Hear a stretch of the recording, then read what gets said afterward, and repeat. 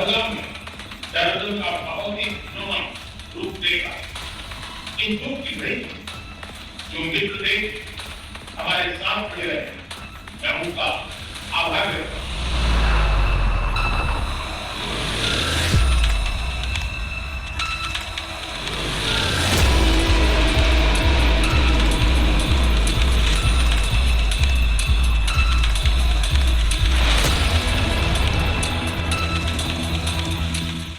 नमस्कार साथियों, स्वागत है आप सभी का अंकित इंस्पायर इंडिया पर। मैं हूं अंकित अवस्थी। आज आप मेरे साथ में एक ऐसे सेशन के अंदर हैं जिस सेशन को निश्चित ही समस्त भारतीयों को बड़े कॉन्शियसली देखने की जरूरत है। और वो कॉन्शियसली इसलिए क्योंकि हम सभी ने बहुत लंबे समय तक गुलामी का हाल देखा है, 200 साल तक अंग्रेजों की गुलामी झेली है। आज के सेशन में हम समझने का प्रयास करेंगे कि कैसे हमारे देश में अंग्रेज बड़े आसानी से हमें टूट तोड़ कर राज कर लिया करते थे, कैसे हमारे को तोड़ने के लिए डीप स्टेट आजकल भी सक्रिय हो रहे हैं। और वो सब सक्रिय इसलिए बता रहा हूं क्योंकि कहीं ना कहीं उनको सक्रिय करने में कुछ तात्कालिक घटनाओं का बहुत बड़ा रोल है। कौन सी तात्कालिक घटनाएं हैं जिनका मैं जिक्र कर रहा हूं, आज आपके सेशन में बताऊंगा। साथियों को पता है ना भारत का विभाजन कैसे हुआ था? आपको पता है ना कि कैसे भारत को तोड़ने के लिए सबसे पहले बंगाल विभाजन के नाम पर लॉर्ड कर्जन ने भारतीयों के बीच में जो एकता थी, चाहे वो हिंदू मुसलमानों के बीच में थी या भाषाओं के आधार पर थी, उन एकता को तोड़ने के लिए उसने बंगाल का विभाजन कर दिया था। और उस बंगाल के विभाजन को करने वाले का नाम लॉर्ड कर्जन था। लॉर्ड कर्जन एक दुर्जन प्राणी था जिसने फूट डालकर राज करने की नीति डिकोड की थी और बाद में पूरी दुनिया में बैठे अंग्रेजों ने उसे अपनी नीति मानकर अपना लिया था। हाल ही के दिनों में कुछ वैसा ही हुआ है। और वो क्या है? इस व्यक्ति के द्वारा कुछ ऐसा ही प्रयास भारत में दिनों दिन किया जा रहा है। कौन से प्रयास? कुछ दिनों पहले आपको याद होगा मैंने एक सेशन किया था जिसमें यह बताया था कि भारत के अंदर सरकार पर अविश्वास पैदा करने के लिए इस व्यक्ति ने हमारे देश में प्रधानमंत्री मोदी की इमेज को तमाम तरह से परेशान करने का प्रयास किया था। याद होगा जब इसने ये कहा कि ऑपरेशन सिंदूर को रुकवाने में मेरा रोल था। और ये लगातार झूठ बोल रहा था और झूठ बोलते बोलते प्रधानमंत्री मोदी पर लगातार प्रेशर बना रहा था कि तुम भी ये स्वीकार करो और अगर नहीं करोगे तो मैं तुम्हारे ऊपर टैरिफ लगा दूंगा। प्रधानमंत्री मोदी ने स्वीकार नहीं किया और हमें टैरिफ मिल गए। लेकिन उस बीच में विपक्ष ने सत्ता पक्ष के ऊपर जबरदस्त अपनी तरफ से जो संभव प्रयास थे वो किए कि हाँ भाई देख लो प्रधानमंत्री मोदी जी, आपने ट्रंप के कहने पर सीज फायर रोका था, आपके अंदर इतना दम नहीं था, मतलब आपने सीज फायर किया था, आप में इतना दम नहीं था। पहला प्रयास इस आदमी ने उस समय पर किया था। उसके बाद दूसरा प्रयास आपको याद होगा जब इसने हमारे साथ में किया कि रशिया यूक्रेन युद्ध को रुकवाने में तुम लोग जिम्मेदार हो, मतलब नहीं रुकवाने में तुम लोग जिम्मेदार हो, तुम लोग तेल खरीदते हो, इसलिए ये वॉर जो है वो मोदी वॉर है। तीसरे समय आपको याद हो तो इसने कहा कि प्रधानमंत्री मोदी और जो हमारे वो हैं क्या बोलते हैं विदेश मंत्री हैं, उनके बीच में सब कुछ ठीक नहीं चल रहा है। अमेरिका की तरफ से एक नैरेटिव लाया गया कि प्रधानमंत्री मोदी के खिलाफ साजिश हो रही है। अब चौथा समय जो अब ये कर रहा है वो है जाति के आधार पर हम लोगों को तुड़वाने की। आज के सेशन में मैं बताऊंगा कैसे अमेरिका के राष्ट्रपति के सलाहकार ने पीटर नेवेरो ने भारत के ऊपर एक ऐसा बयान देकर के नई बहस को जन्म दे दिया है जिसमें यह कह रहा है कि इस तेल के खरीदने से सबसे ज्यादा ब्राह्मणों को फायदा हुआ और ब्राह्मणों को फायदा हुआ, ये भारतवासियों को मैसेज दे रहा है। ये व्यक्ति कौन है? पीटर नेवेरो। तो पीटर नेवेरो ट्रंप का सलाहकार है और ये मीडिया में बयान देता हुआ पाया गया कि भारतीयों को यह समझने की जरूरत है कि सबसे ज्यादा फायदा तो ब्राह्मणों ने तेल खरीदकर उठाया, बाकियों को क्या मिला? मेरे प्यारे साथियों, यहां पर सबसे पहले ही इस बात को क्लियर कर देने की आवश्यकता है कि देश में तेल सरकारों के साथ मिलकर कंपनियां खरीदती हैं, कंपनियां लाभ कमाती हैं तो टैक्स देती हैं और वो जो टैक्स है वो भारत के विकास में यूज आता है। ऐसे में किसी एक तरह से देश के अंदर जो तमाम आबादी है उसमें बिजनेसमैन जिनके पास तेल खरीदने की क्षमता है, विचारणीय तथ्य ये है मेरे प्यारे साथियों कि हमारे देश में तेल खरीदने वाली गिनती की 4-5 कंपनियां हैं और उन 4-5 कंपनियों की वजह से ब्राह्मणों को फायदा हो रहा है। ये कितना बचकाना और मतलब बिना तथ्य के दिया गया बयान है। और इस व्यक्ति के द्वारा ये बयान केवल भारत में जाति के आधार पर हम लोगों को लड़ाने का एक प्रयास है। कारण इसका साफ है। कारण यह है कि ट्रंप की बेवकूफियों के चलते इन दिनों भारत और चीन एक दूसरे के बहुत नजदीक आ गए हैं। भारत चीन ही नहीं, भारत और रूस भी इन दिनों बहुत ज्यादा नजदीक आ रहे हैं। ये जो तस्वीर मैं आपको दिखा रहा हूं ये आज ही की है जब प्रधानमंत्री नरेंद्र मोदी पुतिन के साथ मुलाकात करते हैं चीन के अंदर। और ये जो मुलाकात है इनकी एससीओ बैठक के साइड में हो रही है। इन तीनों की तस्वीर, चाहे रशिया, इंडिया और चाइना, इन तीनों का आरआईसी के रूप में मुलाकात करना निश्चित ही इस समय इन लोगों को बिल्कुल रास नहीं आ रहा है, तभी ये इस तरह के बयान दे रहे हैं। Look, Modi's a great leader. I don't understand why he's getting to bed with Putin and Xi Jinping when he's the biggest democracy in the world. So I would just simply say to the Indian people, please understand what's going on here. You got Brahmins profiteering at the expense of the Indian people. We need that to stop. इनके द्वारा जो बात कही गई उस बात को ये समझने में बहुत अच्छा लगता है कि हाँ भाई इन्हें ये बात क्यों बुरी लग रही। तो पीटर नेवेरो जो कि चीफ आर्किटेक्ट माने जाते हैं 50% भारत पर टैरिफ लगने के, उन्होंने अपनी तरफ से प्रधानमंत्री मोदी के बारे में कहा कि भारत जो तेल मंगा रहा है वो पहले तो मोदी वॉर का कारण बना। Is Ukraine comes to us and Europe and says, give us some more money. So everybody in America loses because of what India's doing. The consumers and businesses and everything lose, and workers lose because India's high tariffs cost us jobs and factories and income and higher wages. And then the taxpayers lose because we got to fund Modi's war, okay? The road to peace runs at least partly right through New Delhi. I mean Modi's war. Because the road to peace runs in part through New Delhi. I mean, that's a lot of money. That's a lot of money. There are some who say that we're losing leverage with China by eliminating the next. क्योंकि प्रधानमंत्री मोदी युद्ध करवा रहे हैं, इस पर हमने तंज भी किया था। आपने हमारा ट्विटर हैंडल भी देखा होगा, हमने कहा था कि पुतिन ट्रंप जो है वो रशिया यूक्रेन नहीं रुकवा पाए। भारत रशिया यूक्रेन मतलब भारत और पाकिस्तान का युद्ध तो अमेरिका ने रुकवाया, लेकिन प्रधानमंत्री मोदी रशिया यूक्रेन युद्ध चलाए हुए हैं। मतलब ये किस तरह की आयरनी है। ट्रंप और उनकी टीम कुछ भी बेहुदा बयानबाजी कर रही है। ऐसे में ट्रंप के द्वारा भारत पर लगाए गए टैरिफ का भारत में रिएक्शन जो है वो बहुत ही अल्टीमेट प्रकार से आ रहा है, जहां एक और भारत के अंदर लोगों में ये विश्वास पैदा हो गया है कि अमेरिका किसी का सगा नहीं है। जो हम पहले माना करते थे वो अब बात कहीं ना कहीं सही प्रमाणित हो रही है। अमेरिका के साथ दोस्ती हमेशा एक तरह से नुकसान का ही सौदा भारतीयों के लिए रही है, लेकिन हाँ, व्यापार में हम लोग इनसे लाभ कमाते थे। बस इसी को इस व्यक्ति ने हमारी सबसे बड़ी कमजोरी मान लिया कि भारत अमेरिका से व्यापार करके लाभ कमाता है, तो चलिए इस लाभ पर ही इनसे बार्गेनिंग की जाए। आपको जानकर आश्चर्य होगा, इन दिनों एक बहुत बड़ी खबर मार्केट में है, और वो ये कि भारत ने जो रूस से तेल खरीदा वो इसने यूक्रेन को बेचा। न्यूज निकल कर आती है साथियों कि यूक्रेन ने 15.5% जो तेल है, खुद का जो डीजल की आवश्यकता है, वो भारत से खरीदी है। मतलब ये विचारणीय तथ्य है कि ये लोग किस बेवकूफी में जी रहे हैं, किस भ्रम में जी रहे हैं कि भारत के ऊपर इसलिए टैरिफ लग रहे हैं क्योंकि रशिया से तेल खरीदता है, लेकिन वही खरीदा हुआ तेल हम रिफाइन करके यूक्रेन को बेच दे रहे हैं, जिसके लिए ये संघर्ष कर रहा है।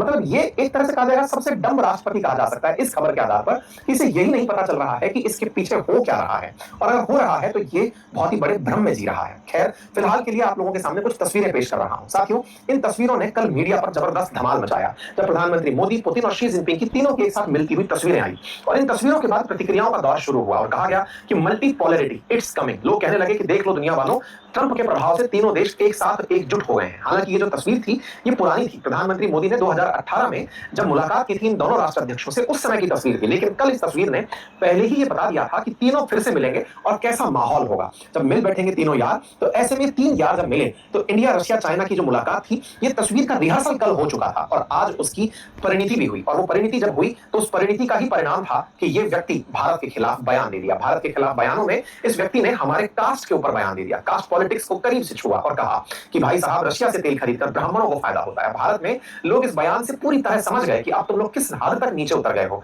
पहले भारत में प्रधानमंत्री के खिलाफ ये बयान चलवाना कि तुम झुक गए थे, पाकिस्तान से सीज फायर कर लिए थे, फिर उसके बाद में ये बयान चलवा देना कि भारत के साथ धोखा हुआ है, पीएम मोदी के साथ धोखा हुआ है। ये सब चीजें अमेरिका स्पॉन्सर्ड है, और अब कास्ट तक उतर आना ये दर्शाता है कि ये लोग कितना बुरी तरह से फ्रस्ट्रेटेड हैं। इसी वजह से यहाँ पर ये चर्चाएं होने लगी हैं कि अमेरिका कितना नीचे और जाएगा। मेरे प्यारे साथियों, ये जब बयान आए तो भारत के अंदर से प्रतिक्रियाएं भी आई, प्रधानमंत्री के सलाहकार की तरफ से भी आई, तो अपोजिशन की तरफ से भी आई। प्रियंका चतुर्वेदी जी ने लिखा, द यूजेस ऑफ वर्ड ब्राह्मण, यस एलीट बोस्टन ब्राह्मण US context I am aware, by someone senior in US administration can not come out of the blue in India's context, this was deliberate, so please sit out on explaining this one. मतलब पूरी तरह से हमारे देश में भी इसके खिलाफ प्रतिक्रियाएं आई, लेकिन हाँ, राजनीति में इसका दुरुपयोग हो यही ये चाहते हैं, और भारत में इन दिनों चुनावों का दौर राज्यों में चल ही रहा है। एनीवे, फिलहाल के लिए हम आगे बढ़ते हैं और इनके मूल कारण तक पहुंचते हैं कि इनके जलने का असली कारण क्या था। असली कारण था इन तीनों का एक साथ दिखाई देना। जी हाँ साथियों, ये तीनों राष्ट्र अध्यक्ष आज इस तस्वीर में साथ फाइनली दिखाई दे गए, और ये तीनों जब एक साथ दिखाई दिए तो मीडिया ने इनसे ज्यादा अटेंशन किसी को नहीं दिया। साथियों, आज की जो सबसे चर्चित तस्वीर थी उसमें पुतिन का हाथ पकड़कर ले जाते हुए पीएम मोदी थे, जो कि शी जिनपिंग के साथ मुलाकात के लिए उनको लेकर जाते हैं। मतलब पुतिन की मुलाकात, शी जिनपिंग की मुलाकात होती है, और ये तस्वीर जो 2018 में थी, इसका फिर से एक बार रीशूट हो जाता है। ये तस्वीरें एक दूसरे को देख करके बहुत से मौके देती हैं, जिसमें कहते हैं कि तीनों लोग बात कर रहे हैं, और बात करते हुए चर्चा यही है। मिनिस्ट्री ऑफ फॉरेन अफेयर्स इस तस्वीर को साझा करते हुए लिख रहा है कि देखिए, ये तीनों लोग मिल चुके हैं और लोगों को खूब सारा कंटेंट मिल गया है। न्यूज लिख रहे हैं कि संभवतः तीनों लोग मजाक बना रहे हैं कि हाँ भाई मोदी जी, आप पर 50% टैरिफ लग गया है हमारे चलते, तो इस बात पर ये लोग हंस रहे हैं। लेकिन इसी बीच में प्रधानमंत्री मोदी और पुतिन के गले मिलने की तस्वीर प्रधानमंत्री द्वारा ट्वीट की जाती है, और दोनों के बीच में गर्मजोशी ये दिखा देती है कि ट्रंप, हम आपके वजह से अलग होने वाले नहीं हैं। रशिया भारत का बहुत लंबे समय से मित्र है, और ऐसा मित्र जिसके साथ विश्वास किया जा सकता है, और ऐसे में रशिया के साथ भारत के संबंध हमेशा बने रहेंगे। और ये संदेश तुम्हें भी स्पष्ट होना चाहिए। भारत ने इस मंच से दुनिया को एक संदेश साफ दे दिया कि तुम 50% क्या, तुम 100% लगाओ, 500% लगाओ। अब भारत ने जब निकलने की ठान ही ली है, तो हमारा मोटिवेशन 200 साल हमारी गुलामी रहा है। 200 साल जब हम गुलाम रहे ब्रिटिशर्स के, उस समय पर भी जब हम सर्वाइव कर सकते हैं, तो अब हमारे लिए तुम्हारे द्वारा लगाया गया टैरिफ बहुत ज्यादा चर्चा का विषय नहीं होगा। इसीलिए मीम्स की बाजार में बाढ़ चल रही है। मीम्स के अंदर चर्चा का सबसे बड़ा जो पॉइंट बना हुआ है वो ये वीडियो है। मुझे बोला 50% टैरिफ लगा दूंगा, उसे बोलो 100% लगा दे, इससे ज्यादा क्या करेगा वो।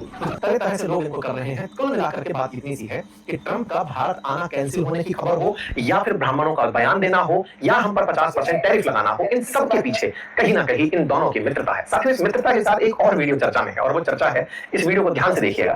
आप इसको ध्यान से देखेंगे तो आपको एक प्राणी दिखाई देगा। ये देखिए, यदि आप इस तस्वीर को ध्यान से देख पाए तो आप रियलाइज कर पाएंगे कि यहाँ पर एक व्यक्ति है, और वो व्यक्ति अगर आप पहचान रहे हैं तो वो नन अदर देन शहबाज शरीफ है। शहबाज शरीफ को जब आपने तस्वीरों में देखा तो उसको दोनों लोगों ने इतना भयंकर तरीके से इग्नोर किया जिसकी कल्पना शायद पाकिस्तान ने नहीं की होगी। उस तरफ मत देखना, एक भिखारी कटोरा लेकर खड़ा है। ये इग्नोरेंस असल मायने में इसलिए था क्योंकि एससीओ के अंदर सदस्य राष्ट्र ये भी है, और वो चाइना के प्रयासों से ही इसका सदस्य बना है। लेकिन अमेरिका के द्वारा इसके चलते ही भारत के साथ सारे टसल किए जा रहे हैं। तो भारत ने रूस के नाम पर यह संदेश साफ दे दिया कि दुनिया वालों, भारत इस समय कितना ज्यादा स्टैंड ले चुका है, किस तरह से अब हम सिंसियरली ये बात पब्लिकली बोलने को तैयार हैं कि हम आतंक को नहीं बर्दाश्त करेंगे। आपको मालूम है कि पहलगाम आतंकी हमले के बाद ही ये सारी चीजें बदलती चली गई। आतंकी हमला हुआ, उसके बाद पहलगाम के बाद में फिर ऑपरेशन सिंदूर हुआ, ऑपरेशन सिंदूर के बाद सीज फायर का कलेश हुआ, जिसको ट्रंप क्रेडिट लेने निकले, और उस क्रेडिट के चलते अब तक सारी ये विवाद फंसे हुए हैं। भारत ने यहाँ पर साफ कहा, और साफ था कि आतंक साथ नहीं चल सकता। भारत ने एससीओ समिट के अंदर साफ कर दिया कि हम पिछले 4 साल से आतंकवाद का दंश झेल रहे हैं। पहलगाम में आतंकवाद का सबसे बुरा रूप हम देख चुके हैं, और हम इस घड़ी में हमारे साथ खड़े मित्र राष्ट्रों का धन्यवाद देते हैं। आतंकवाद पूरी दुनिया के लिए चुनौती है। प्रधानमंत्री ने ये बात सबको बताई। यह हमला केवल भारत की अंतरात्मा पर ही आघात नहीं, यह मानवता में विश्वास रखने वाले हर देश, हर व्यक्ति को खुली चुनौती थी। ऐसे में प्रश्न उठना स्वाभाविक है, क्या कुछ देशों द्वारा आतंकवाद का खुलेआम समर्थन हमें स्वीकार्य हो सकता है? एक्सेलेंसी, हमें स्पष्ट रूप से और एक स्वर में कहना होगा कि आतंकवाद पर कोई भी डबल स्टैंडर्ड स्वीकार्य नहीं होंगे। हमें मिलकर आतंकवाद का हर रंग में, हर रूप में विरोध करना, ये मानवता के प्रति हमारा दायित्व है। प्रधानमंत्री ने यह भी कहा कि एससीओ का मतलब संघाई कोऑपरेशन ऑर्गेनाइजेशन तो है ही है, लेकिन सिक्योरिटी, कनेक्टिविटी और अपॉर्चुनिटी भी है। प्रधानमंत्री ने स्वतंत्रता दिवस के अवसर पर उज्बेकिस्तान को भी धन्यवाद अर्जित किया कि भैया तुम्हारा आज स्वतंत्रता दिवस है, बधाई हो। आतंकवाद, अलगाववाद और उग्रवाद पर शी जिनपिंग भी बोले, और उन्होंने कहा कि यह संगठन यानी कि एससीओ ये आतंकवाद, अलगाववाद और उग्रवाद के खिलाफ है। ये एक अपने आप में बड़ी सफलता है कि आतंक के खिलाफ हम शी जिनपिंग का बयान भी सुन पाए तो पुतिन का भी सुन पाए। पुतिन ने साफ कहा कि जिस तरह से नाटो कंट्री यानी कि यूरो अटलांटिक मॉडल सोचते हैं, अब उसकी जगह आने वाले समय में एससीओ ले लेगा। The SCO is making a substantial contribution to strengthening the atmosphere of collaboration and mutual trust on the Eurasian continent, helping us create the political and socio-economic foundations for a new system to ensure stability and peaceful development. A system that could take the place of the obsolete and Eurocentric and Euro-Atlantic models, and that would include the interests of a broad range of countries. It will be truly balanced and will not allow any states to try and ensure the security at the expense of others.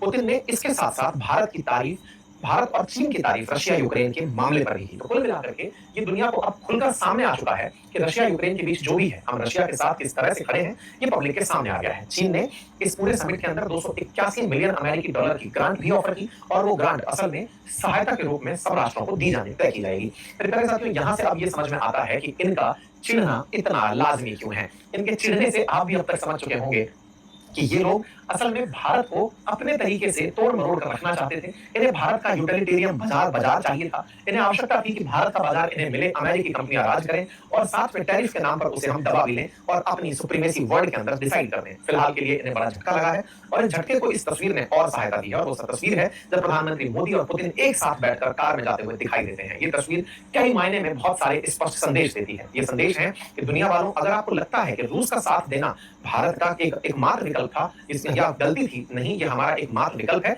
और अब अगर Putin और Trump के बीच में चुनने की बात हो तो हमने पुतिन के साथ चलना स्वीकार कर लिया है। तो उम्मीद है आप सभी साथियों को ये जानकारी पसंद आई हो। अगर ये जानकारी पसंद आई हो तो साथियों से अवश्य साझा करें। चैनल पर नए हैं तो सब्सक्राइब कर लें। मेरे प्यारे साथियों, सैलरी का दिन है, बहुत